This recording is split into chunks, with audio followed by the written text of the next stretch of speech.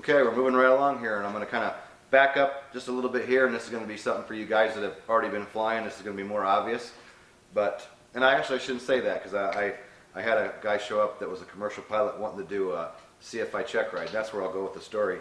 I had a guy who I helped to get his commercial, and he shows up, calls me up, says, "Hey, I want to do my CFI." I said, "Okay, great."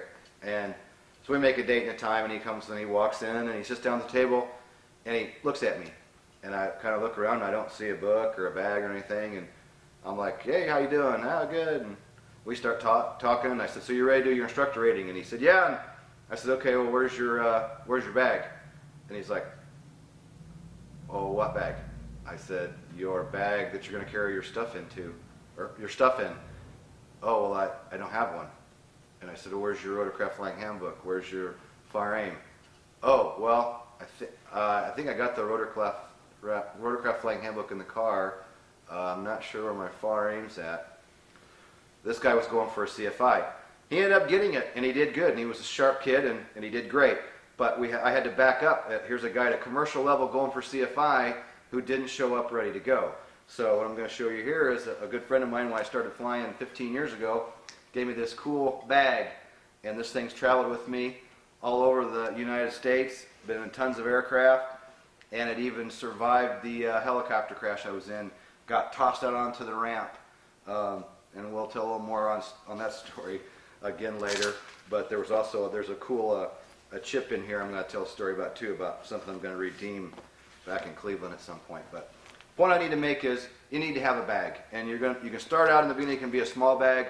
As you continue through the training, you're going to realize you need something bigger and something even bigger. And if you go to CFI Check-Rides, instrument check-rides, I can remember my examiner saying when I showed up for my instrument check-ride, after I was already an instructor, I walked in with all this gear, and he just laughed. He says, "That's the way a CFI check-ride and an instructor check-ride should look like." So bottom line, from the start of your training, get yourself a decent bag that you can carry your books in. Get yourself a marker, some pens and pencils, a decent tablet, a decent notebook. We'll be talking more about notebooks later. But the point of the story is, when you go to your helicopter lesson, have your stuff with you. Always have it in the car, and don't just cancel your flight. "Oh, the weather's bad, I'm not going." Always take your bag with you. You go to the airport, you take the time, you've got the appointment set up.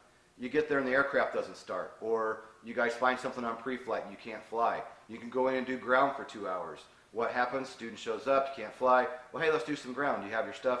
"Oh, no, I left it at home." Anytime you go fly, take your bag with you. Get what you need and always have it there, because we all know, well, I shouldn't say we all know, that's why I'm doing this ground school. A lot of it is in the 10 years I've been teaching, I've taken care of a lot of people that maybe didn't get the best instruction somewhere else. So the point is, instructors don't make you do ground. That's why I'm here. I'm here to help fill that void. So get yourself a bag, show up for your flight lesson. If the weather's bad, don't cancel. Go in for your flight anyway. And the weather's bad, you have a maintenance issue, do ground school. So a little bit of what 10 years of teaching has really taught me to really push people to do. So stay tuned. We'll see you on the next one. Thanks.